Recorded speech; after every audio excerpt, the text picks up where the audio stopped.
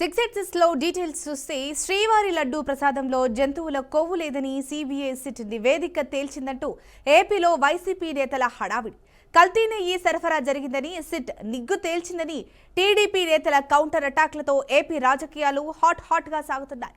YCP నేతలు భక్తుల విశ్వాసాలను దెబ్బతీసేలా తప్పుడు ప్రచారం జరిగింది అంటూ ప్రభుత్వంపై విమర్శలు గుప్పిస్తుండగా టీడీపీ మాత్రం జంతు కొవ్వు లేదని తేలినంత మాత్రాన కల్తీ బాధ్యత తప్పించుకోలేరు అంటూ తీవ్రంగా స్పందిస్తోంది. ఈ నేపథ్యంలో ఏపీ రాజకీయాల్లో శ్రీవారి లడ్డూ అంశం మరోసారి రచ్చకెక్కినట్లయింది. దీనికి సంబంధించిన మరింత సమాచారాన్ని మా బీఆర్కే ప్రతినిధి బసవరాజు అందిస్తారు. బసవరాజు, చెప్పండి, ఈ అంశానికి సంబంధించిన అప్డేట్ ఏంటి? Thank you Jhansi. రాష్ట్రంలో ప్రస్తుతం తిరుమల తిరుపతి దేవస్థానం లడ్డు వ్యవహారం హాట్ టాపిక్ గా మారింది. అంటే ఈ అంశాన్ని వైసీపీ వేదికగా చేసుకుని అధికార పార్టీపై అయితే ఘాటైన విమర్శనాస్త్రాలు చేస్తున్న పరిస్థితి.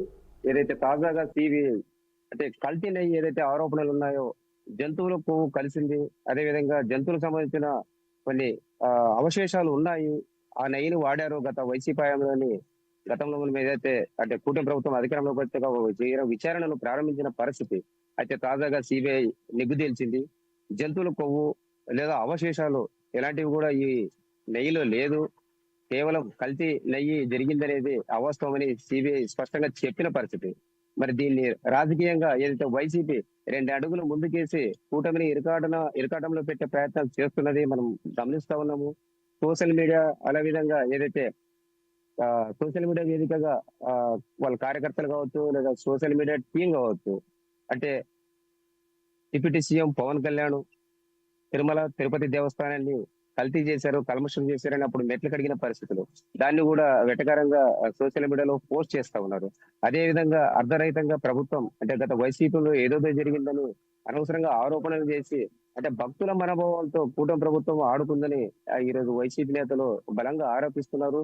బట్ సిబిఐ దర్యాప్తు ఏదైతే చేసిన నేపథ్యంలో గత ఏడాది పాటు ఆయా రాష్ట్రాలలో ఈ నెయ్యి సరఫరా పట్ల చాలా కూలంకుషంగా ఏదైతే సమగ్ర సమాచారాన్ని సేకరించిన పరిస్థితులు, ఏదైతే నేషనల్ డైరీ డెవలప్మెంట్ బోర్డు అక్కడ నుంచి ఈ నెయ్యిని ఏదైతే సుమారు 68 లక్షల కేజీల నెయ్యిని వాడారు తిరుమల తిరుపతి దేవస్థానానికి. ఈ నెయ్యి యొక్క శాంపుల్స్ అక్కడ టెస్ట్ కి ఇవ్వడం జరిగింది. అంటే అక్కడ పూర్తిగా పరీక్షించాక అంటే 2 దఫాలుగా పరీక్షించారు. ఆ తర్వాత ఏదైతే ఎన్డీడీబీ నివేదికలు సిబిఐకి గత 25న ఇవ్వడం జరిగింది. ఆ నివేదిక ఆధారంగా సిబిఐ అయితే కల్తీ నెయ్యి జరగలేదు, కొవ్వు నెయ్యి అసలు వాడలేదని స్పష్టం చేసిన పరిస్థితులు. దీన్ని అంటే అధికార ప్రతిపక్షాలు ఎవరికి వారు అనుకూలంగా మలుచుకునే విధంగా ఆరోపణలు ప్రత్యాపనలు చేసుకుంటున్నారు. ఓవరాల్ గా భక్తుల మనోభావాలతో అంటే రాజకీయ పార్టీలు కూటమి కావచ్చు, గత వైసీపీ ప్రభుత్వం కావచ్చు, ఈ 2 కూడా భక్తుల మనోభావాలతో ఆడుకున్న మాట అయితే వాస్తవం మనకు తెలుస్తూ ఉంది. అయితే ఓవరాల్ గా ఇప్పుడు కూటమి ప్రభుత్వం అయితే సుమారు 250 కోట్లు కుంభకోణం జరిగింది, అంటే నెయ్యి కల్తీ చేశారు, అంటే వృక్షాలకు సంబంధించిన కొంత అవశేషాలు కావచ్చు, అక్కడ కొన్ని రసాయనాలు కలిపారు, ఆ రకంగా పామాయిలు ఇతరత్ర కలిపి నెయ్యిని వాడారని ఇప్పుడు చెప్తున్న పరిస్థితి. గతంలో అయితే బలంగా చెప్పారు జంతువుల యొక్క కొవ్వు కలిపారని. మరి ఆ మాట ఎప్పుడు సిబిఐ ఏదైతే చెప్పడం వల్ల సిబిఐ ప్రకటనతో కొంత మాట మార్చిన పరిస్థితులు కనిపిస్తా ఉన్నాయి. సో దీన్ని ఆసరాగా చేసుకుని లేదా ఇది ఎవిడెన్స్ గా చేసుకుని వైసీపీ అయితే దూకుడు పెంచింది. అయితే ఏదైతే కలియుగ దైవంగా భావించే మహా పుణ్యక్షేత్రం అది తిరుమల తిరుపతి దేవస్థానం. అలాంటి దేవస్థానంలో ఇలా ఇరు పార్టీలు ఏదైతే తమ స్వార్థ ప్రయోజనాలు అనుకోవచ్చు, లేదా రాజకీయ స్వప్రయోజనాలు అనుకోవచ్చు, వీటిని ఆధారంగా అక్కడ కోట్లాది మంది భక్తుల మనోభావాలు దెబ్బతినే విధంగా ఈ విధంగా చేయడము అంత సమంజసం కాదని కూడా వాదనలు వినిపిస్తా ఉన్నాయి. మరి ఓవరాల్ గా కల్తీ నెయ్యి ఏదైతే కొవ్వు కలిపారనే అంశానికైతే ఇప్పట్లో తెరపడుతుందా, మళ్ళీ ఎవరికి వారు తమ రాజకీయాలకి మలుచుకొని మరింత సాగదీస్తారనేది చూడాలి. ఓవరాల్ గా సిబిఐ అయితే ఒక సర్టిఫికేట్ ఇచ్చిన పరిస్థితి. కల్తీ ఏదైతే కొవ్వు కలపలేదు, జంతువుల కొవ్వు కలపలేదు, సో ఇక్కడ అలాంటి అవశేషాలు ఏమి లేవని గుర్తించి చెప్పిన పరిస్థితి. బట్ దీన్ని ఇప్పుడు కూటమి ప్రభుత్వం అంటే జంతువుల అవశేషాలు కొవ్వు కాకుండా వృక్షాలు లేదా పామాయిలు ఇలాంటివి కలిపారు 250 కోట్లు. అంటే గతంలో ఉన్న చైర్మన్ కావచ్చు, ఈఓ వీళ్ళందరూ కూడా ఒక కుట్రగా భాగస్వామిగా కుంభకోణాన్ని నడిపి 250 కోట్లు దేవుడి సొమ్ము నొక్కేసి చెప్తున్నారు. మరి తదుపరి ఈ విచారణ ఎలా ముందుకు సాగుతుందో చూడాలి Jhansi. Right, thank you Basavaraj for the update.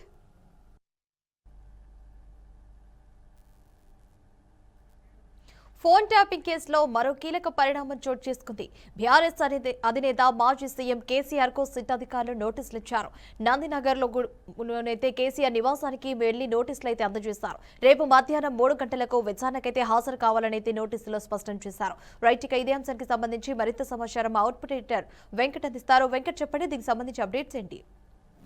తెలంగాణలో సంచలనం రేపిన ఫోన్ ట్యాపింగ్ కేసులో మరోసారి కీలక పరిణామం చోటు చేసుకుంది. ఎవరైతే బీఆర్ఎస్ అధినేత మాజీ ముఖ్యమంత్రి కేసీఆర్కి సిట్ అధికారులు నోటీసులు ఇవ్వడం జరిగింది. సో హైదరాబాద్లోని నందినగర్లోని కేసీఆర్ నివాసానికి వెళ్ళి సిట్ అధికారులు అక్కడ ఉన్నటువంటి కేసీఆర్కి సహాయకుడిగా ఉన్నటువంటి పిఏకి ఎవరైతే ఉన్నారో ఆ పిఏకి నోటీసులు ఇవ్వడం జరిగింది. ఆ నోటీసుల సారాంశం ఫోన్ ట్యాపింగ్ సంబంధించి మమ్మల్ని విచారించాల్సిన అవసరం ఉంది. సో మీరు ఖచ్చితంగా రేపు మధ్యాహ్నం 3 గంటలకి విచారణకు అందుబాటులో ఉండాలని సిఆర్పిసి 160 ప్రకారం, సెక్షన్ 160 ప్రకారం నోటీసులు ఇవ్వడం జరిగింది. సో ఈ సిఆర్పిసి క్రిమినల్ ప్రొసీజర్ కోడ్ 160 ప్రకారం ఏంటంటే 60 సంవత్సరాలు పైబడిన వ్యక్తులు కావచ్చు, మహిళలు కావచ్చు, లేదంటే శారీరకంగా మానసికంగా కొంచెం వికలాంగులు ఎవరైతే మెంటల్ రిటార్డెడ్గా ఉంటారో వారి వెసులుబాటు కోసం, అంటే వారి కోరుకున్న చోట విచారణ జరిపేలాగా వాళ్ళకి ఆప్షన్ ఇస్తూ ఉంటారు అన్నమాట. సో ఈ నేపథ్యంలో ఆ సెక్షన్ ప్రకారం మీరు పిఎస్కి వచ్చి అటెండ్ అయ్యి సమాధానం ఇవ్వాల్సిన అవసరం లేదు. మీరు ఎక్కడ కంఫర్టబుల్గా ఉంటే అక్కడ వచ్చి చేయడానికి కూడా మేము సిద్ధం ఉంటామని, కాకపోతే అది హైదరాబాద్ రేంజ్ పరిధిలోనే ఉండాలనే ఒక నిబంధన అయితే స్పష్టంగా మనకు అర్థమవుతుంది.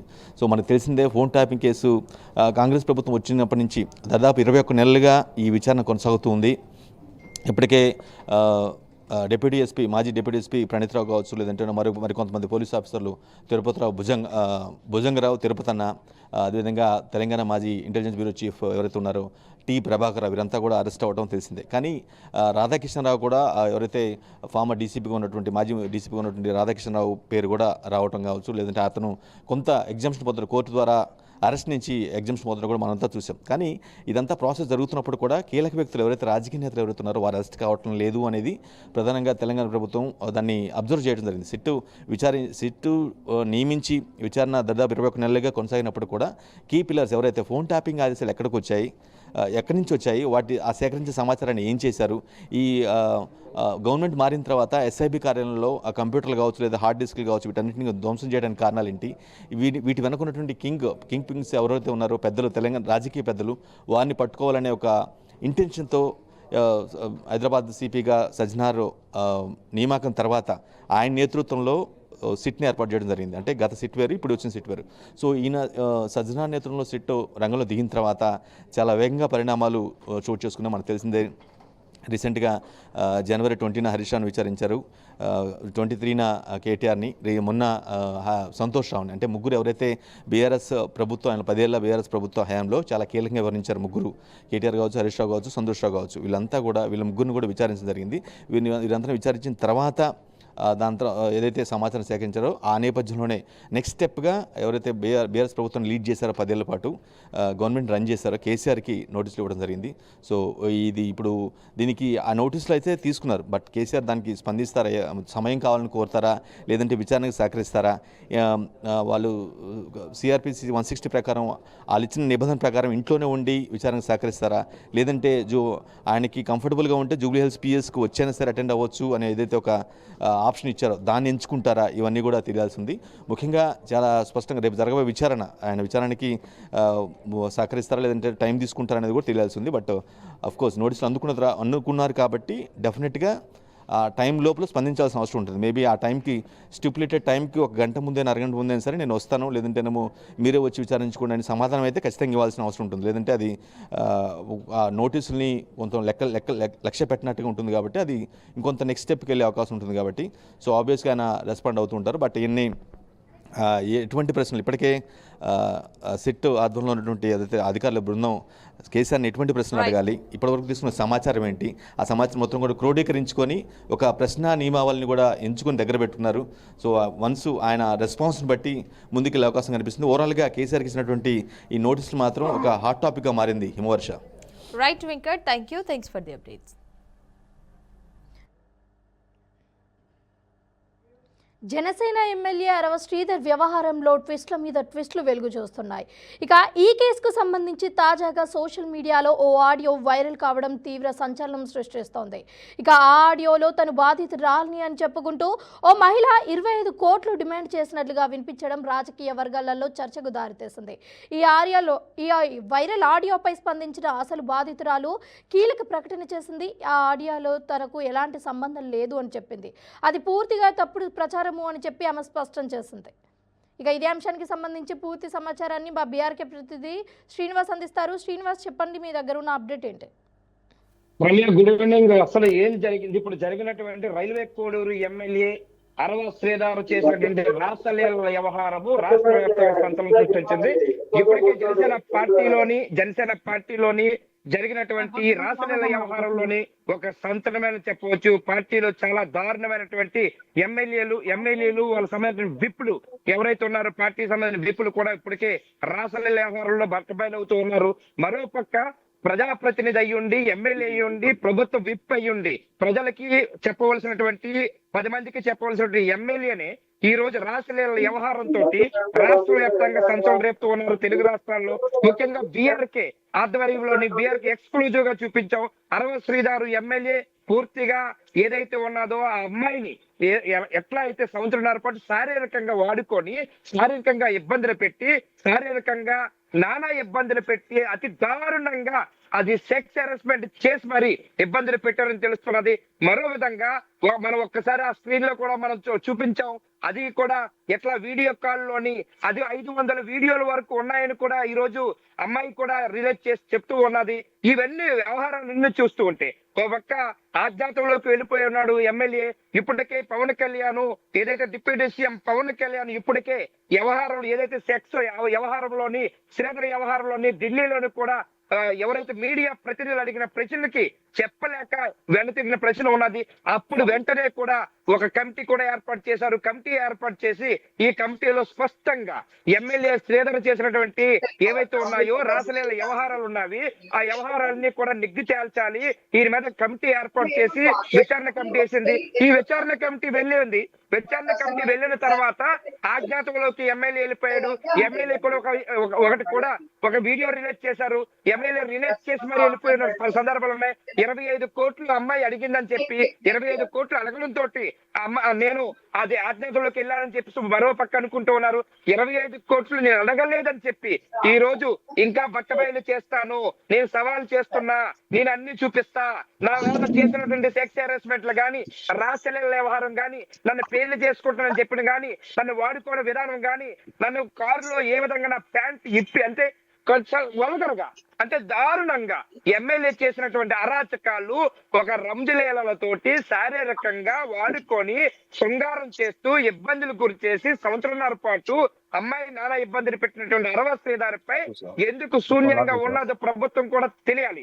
ఎందుకంటే ఒక్క ఎమ్మెల్యే రాష్ట్రంలో ఇట్లాంటి ఎమ్మెల్యే డిస్మిస్ చేస్తే ఇట్లాంటి ఎమ్మెల్యే ఒక్కసారి పదవి నుంచి తప్పించి ఏర్పాట్లు చేస్తే ఇట్లాంటి వాళ్ళకి మిగతా వాళ్ళకి కూడా బుద్ధి వస్తుంది. ఇప్పటికే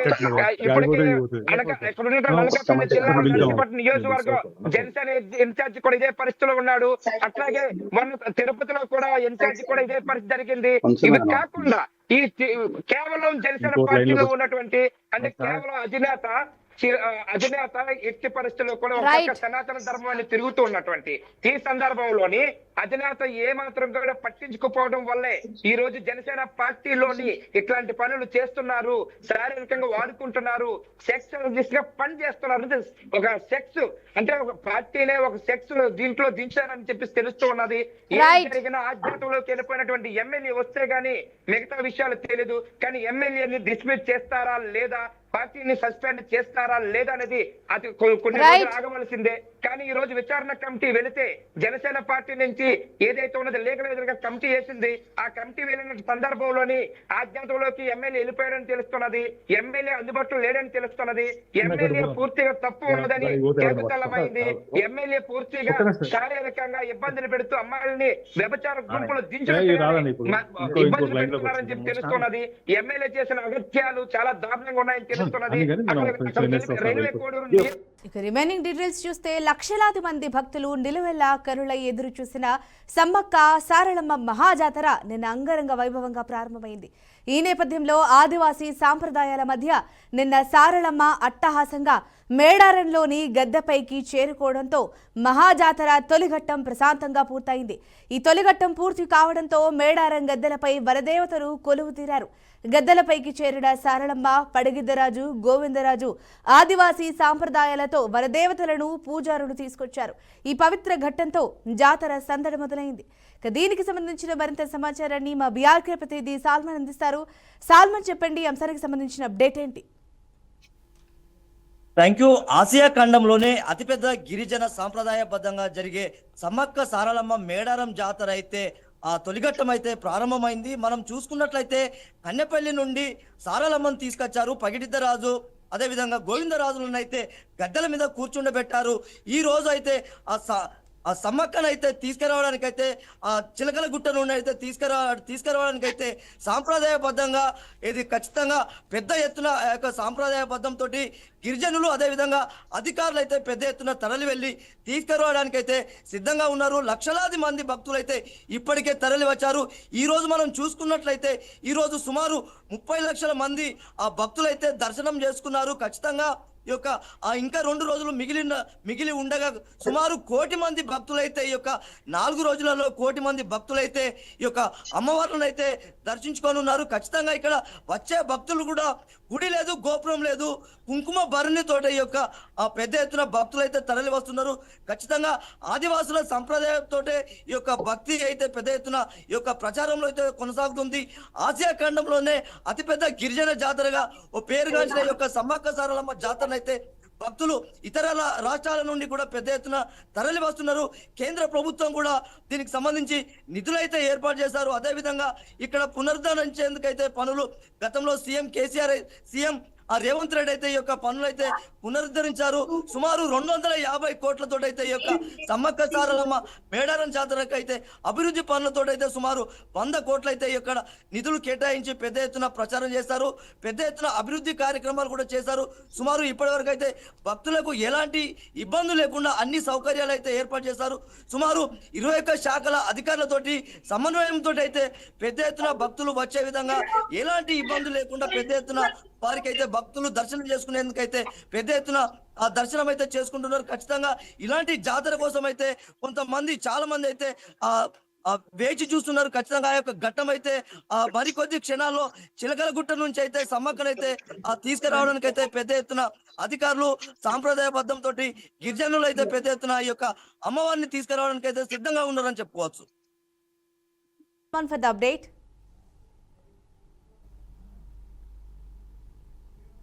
ఏపీ లిక్కర్ కేసులో కీలక పరిణామాలైతే చోటు చేసుకున్నాయి. అక్రమ మద్యం కేసులో చెవిరెడ్డి భాస్కర్ రెడ్డికి ఏపీ హైకోర్టు బెయిల్ మంజూరు చేసింది. ఇదే కేసులో సజ్జల శ్రీధర్ రెడ్డి, వెంకటేష్ నాయుడులకైతే కూడా బెయిల్ కూడా ఇచ్చింది. అయితే ఈ కేసులో భాగంగా ప్రధాన నిందితుడిగా ఉన్న A1గా రాజు రెడ్డి బెయిల్ పిటిషన్ అయితే హైకోర్టు డిస్మిస్ చేసింది.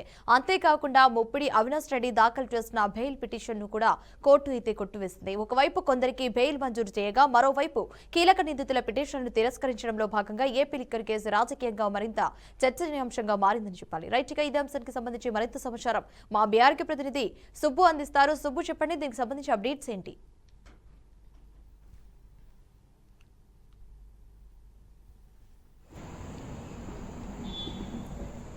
ఓకే సిఐ వర్మ, ఈరోజు చెవిరెడ్డి భాస్కర్ రెడ్డికి బెయిల్ మంజూరైంది. చెవిరెడ్డి భాస్కర్ రెడ్డితో పాటు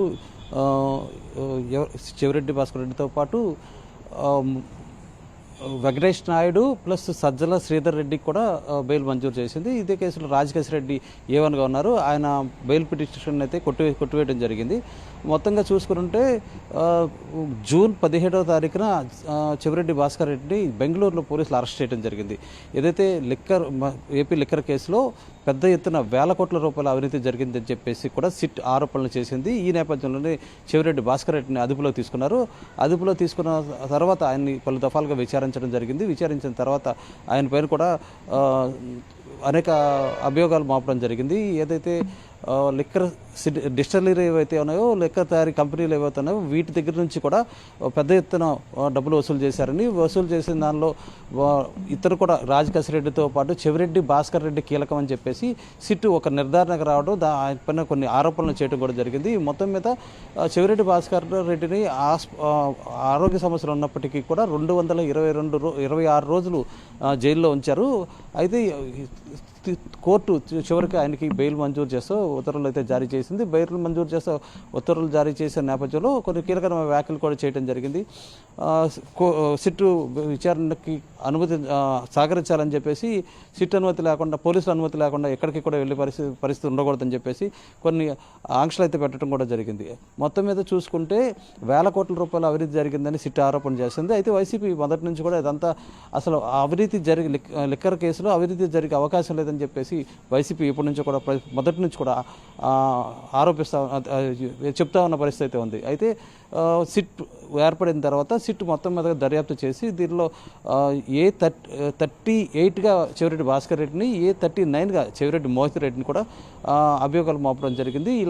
వీళ్ళందరూ కూడా A1 ఎవరైతే ఉన్నారో రాజకేశ్వర రెడ్డి దగ్గర నుంచి కొంత సొమ్మును చెవిరెడ్డి భాస్కర్ రెడ్డి తీసుకుని వాటన్నిటినీ కూడా ఏదైతే మొన్న ఎలక్షన్స్ జరిగినాయో ఆ ఎలక్షన్స్లో వైసీపీ అభ్యర్థులకి పంపిణీ నిమిత్తం వాళ్ళందరికీ కూడా సప్లై చేశారని చెప్పేసి, దీనికి సంబంధించి ఆధారాలు కూడా కొన్ని ఉన్నాయని చెప్పేసి సిట్ అయితే చెప్పిన పరిస్థితి అయితే ఉంది. మొత్తం మీద ఈ కేసులో ఒక్కొక్కరికి కూడా బెయిల్ వస్తున్న పరిస్థితి అయితే నెలకొంది. ప్రస్తుతానికి రాజకేశ్వర రెడ్డి ఎవరైతే ఏమన్నా ఉన్నారో ఆయనకి మాత్రం బెయిల్ నిరాకరించింది కోర్టు. తర్వాత ప్రస్తుతం ఉన్న దశలో బెయిల్ మేము మంజూరు చేయలేమని చెప్పేసి కూడా కోర్టు చెప్పడం జరిగింది. ఈ మొత్తం మీద ఈ లిక్కర్ కల్తీ మద్యం కేసులో ఒక్కొక్కరికి బెయిల్ వస్తామన్న పరిస్థితి నెలకొందని చెప్పుకోవచ్చు. CA Varma. Right Subbu, thanks for the updates. విమాన ప్రమాదంలో కన్నుమూసిన మహారాష్ట్ర డిప్యూటీ సీఎం అజిత్ పవార్ అంత్యక్రియలు ముగిశాయి. ఇక బారామతిలోని విద్యా ప్రతిష్టాన్ మైదానంలో ప్రభుత్వ లాంఛనాలతో అజిత్ పవార్కు అంతిమ సంస్కారాలు నిర్వహించారు. ఇక ఈ కార్యక్రమానికి కేంద్ర మంత్రులు అమిత్ షా, అలాగే Nitin Gadkari, Maharashtra CM Devendra Fadnavis, deputy CM Eknath Shinde, అలాగే ఏపీ మంత్రి నారా లోకేష్ కూడా పలువురు జాతీయ అలాగే రాష్ట్ర స్థాయి రాజకీయ ప్రముఖులు హాజరయ్యారు. అజిత్ పవార్ను కడసారి చూసేందుకు ఎస్పీ కార్యకర్తలు అలాగే అభిమానులు పెద్ద సంఖ్యలో తరలివచ్చి తమ ప్రియ నాయకుడికి కన్నీటి వీడ్కోలు పలికారు. ఇక ఇదే అంశానికి సంబంధించి పూర్తి సమాచారాన్ని మా బీఆర్కే ప్రతినిధి రాజు అందిస్తారు. రాజు, చెప్పండి, మీ దగ్గర ఉన్న అప్డేట్ ఏంటి? మహారాష్ట్ర డిప్యూటీ సీఎం ఏదైతే ఫ్లైట్ క్రాష్ లో మృతి చెందారో అది సంబంధించి ఈ రోజు అంత్యక్రియలు అయితే పూర్తి అయ్యాయి. ఈ అంత్యక్రియలు బారామతిలోని విద్యా ప్రతిష్టాన్ గ్రౌండ్ లో అంత్యక్రియలు అయితే పూర్తయ్యాయి. నిన్నటి నుంచి కూడా అభిమానులందరి కోసం వాళ్ళని చివరి చూపు చూడడం కోసం ఆ గ్రౌండ్ లో ఏర్పాటు చేశారు. ఆ బారామతిలోని విద్యా ప్రతిష్టాన్ గ్రౌండ్ లో ఈ రోజు అంత్యక్రియలు అయితే పూర్తయ్యాయి. ఈ కార్యక్రమానికి విఐపీలందరూ కూడా పాల్గొన్నారు. ప్రధానంగా మోదీ, అలాగే అమిత్ షా, అలాగే మహారాష్ట్ర సీఎం ఫడ్నవీస్, అలాగే ఏపీ సీఎం చంద్రబాబు నాయుడు, అలాగే ఇతర రాష్ట్రాలకు సంబంధించిన ముఖ్యమంత్రులు కూడా ఈ కార్యక్రమంలో అయితే పాల్గొన్నారు. అయితే బారామతి విద్యా ప్రతిష్టాన్ ప్రదర్శన నుంచి కూడా పెద్ద గ్రౌండ్ అది. అందులో ఈ అంతా కూడా అక్కడ ఏర్పాట్లు చేశారు. ఎంతమంది అభిమానులు వచ్చినా కానీ వాళ్ళందరి దర్శనార్థం అక్కడ ఉంచిన తర్వాత, అలాగే అన్ని ఏర్పాట్ల సైనిక లాంఛనాలతో అయితే అంత్యక్రియలు అయితే ముగిశాయి. అయితే ప్రభుత్వం కూడా 3 రోజుల పాటు సంతాప దినాలను ప్రకటించింది. 3 రోజుల వరకు ప్రభుత్వం అఫీషియల్ గా సంతాప దినాలు ప్రకటించింది. అయితే శరద్ పవార్ 1982లో తన చిన్నాన్నైనటి మాజీ సీఎం శరద్ పవార్ అన్న కొడుకు తను శరద్ పవార్ అయితే తన అడుగుజాడలో నడుస్తూ సీఎం గా అంటే రాజకీయ అరంగేట్రం మాత్రం 1982లో ప్రారంభమైంది. అప్పటి నుంచి కూడా 16 సంవత్సరాలు ఏకదాటిగా సెంట్రల్ కోఆపరేటివ్ చైర్మన్ గా కూడా తను పనిచేశారు. అక్కడి నుంచి ప్రారంభమైన తన రాజకీయ ప్రస్థానం ఇప్పటి వరకు కంటిన్యూస్ గా కొనసాగుతూనే. అయితే బారామతిలో జరిగిన ఈ ప్రమాద సంఘటన తర్వాత మొత్తం దేశవ్యాప్తంగా కూడా తన శకం ముగిసిందనే చెప్పొచ్చు. దీనికి సంబంధించి బారామతిలో పెద్ద ఎత్తున అధికారులు అయితే ఏర్పాట్లు చేశారు. హై సెక్యూరిటీ అలర్ట్ కూడా ప్రకటించారు. ఎందుకంటే విఐపీలంతా కూడా ఈ కార్యక్రమంలో పాల్గొన్నారు కాబట్టి, ప్రభుత్వ లాంఛనాలతో జరిగే కార్యక్రమం కాబట్టి కేంద్రం హై సెక్యూరిటీ ప్రకటించింది. ఈ హై సెక్యూరిటీ మధ్యలో ఈ రోజు అంత్యక్రియలు అయితే ముగిశాయి. అయితే నిన్న పొగమంచు కారణంగా ఉదయం 8:44 చార్టర్ ఫ్లైట్ అయితే క్రాష్ అయిన సందర్భంలో ఈ అజిత్ పవార్ మృతి చెందడం జరిగింది. తనతో పాటుగా తన సెక్యూరిటీ సిబ్బంది, అలాగే ఒక అటెండర్, 2 పైలట్లు కూడా మృతి చెందడం జరిగింది. ఇంతకు మునుపు ఈ చార్టర్డ్ ఫ్లైట్లు అనేది ప్రమాదం జరగడం చాలా తక్కువ సంఘటనలు చోటు చేసుకున్నాయి. ఎక్కువగా హెలికాప్టర్లలో వెళ్తున్నప్పుడు ప్రమాదాలు జరిగిన సంఘటనలు చోటు చేసుకున్నాయి. మన మాజీ సీఎం కూడా మన హెలికాప్టర్ ప్రమాదంలో మృతి చెందిన సంఘటన. అయితే దాని తర్వాత కూడా ఇది ఇప్పుడు ఇతను ప్రయాణించిన చార్టర్డ్ ఫ్లైట్ ఏదైతే ఉందో ఇది డబుల్ ఇంజన్ కలిగిన చార్టర్డ్ ఫ్లైట్ అయినప్పటికీ కూడా పొగమంచు కారణంగా అక్కడ రన్వే సరిగ్గా కనపడకపోవడము, దాన్ని రన్వే పైనే దాన్ని దించుతూ ఉండగా ఎప్పుడైతే దాన్ని చేసిన తరుణంలో పొగమంచు కారణంగా ఈ ప్రమాదం అయితే జరిగింది. ఈ ప్రమాదంలో అంతా కూడా మృతి చెందిన సంఘటన. ఇప్పుడు ఈ చార్టర్డ్ ఫ్లైట్లలో ప్రయాణించాలి కూడా అంటే కూడా రాజకీయ నాయకులు ప్రధానంగా భయపడుతున్న పరిస్థితి అయితే లేదు. ఈ చార్టర్డ్ ఫ్లైట్ అనేది చాలా సెక్యూర్డ్ గా ఉంటాయి, ఈ ప్రమాదాలు జరగకుండా ఉంటాయి. అయినా కానీ ఈ దురదృష్టంగా చెప్పొచ్చు, ఏదైతే అజిత్ పవార్ కు ఇంతకు మునుపు కూడా ఈ చార్టర్డ్ ఫ్లైట్ లో ప్రయాణిస్తున్న తరుణంలోనే ఒకసారి రన్వే దాటి ఫ్లైట్ రన్వే దిగిన సందర్భం. ఇది రెండవసారి మాత్రం తన మృత్యునైతే ఆపలేదనే చెప్పొచ్చు. ఎంత ఈ అజిత్ పవార్ మృతి పట్ల మహారాష్ట్ర ప్రభుత్వం అంతా కూడా దిగ్భ్రాంతికి లోనైందని చెప్పొచ్చు. ఇప్పుడు అంత్యక్రియలు అయితే ముగిశాయి. మరో 3 రోజుల పాటు సంతాప దినాలు ప్రకటిస్తూ మహారాష్ట్ర ప్రభుత్వం అయితే సంతాప దినాలు ప్రకటించింది. 3 రోజుల పాటు ప్రభుత్వ అలాగే పాఠశాలన్నీ కూడా సెలవు ప్రకటించింది. ప్రస్తుతము బారామతిలో హై సెక్యూరిటీ ప్రకటించారు. హై సెక్యూరిటీ నడుమ బారామతిలో మొత్తం ఈ సెక్యూరిటీ ఈ అంత్యక్రియలు ముగిసిన తర్వాత మరో 3 రోజుల పాటు కూడా ఈ సంతాప దినాలు ప్రకటించినట్టు ప్రభుత్వ అధికారులు అయితే తెలియజేశారు. Thank you for the update Raju. ఇవి ఇప్పటి వరకున్న 6 at 6 అప్డేట్స్. మరిన్ని అప్డేట్స్ కోసం చూస్తూనే ఉండండి బీఆర్కే న్యూస్ తెలుగుడి సత్తా.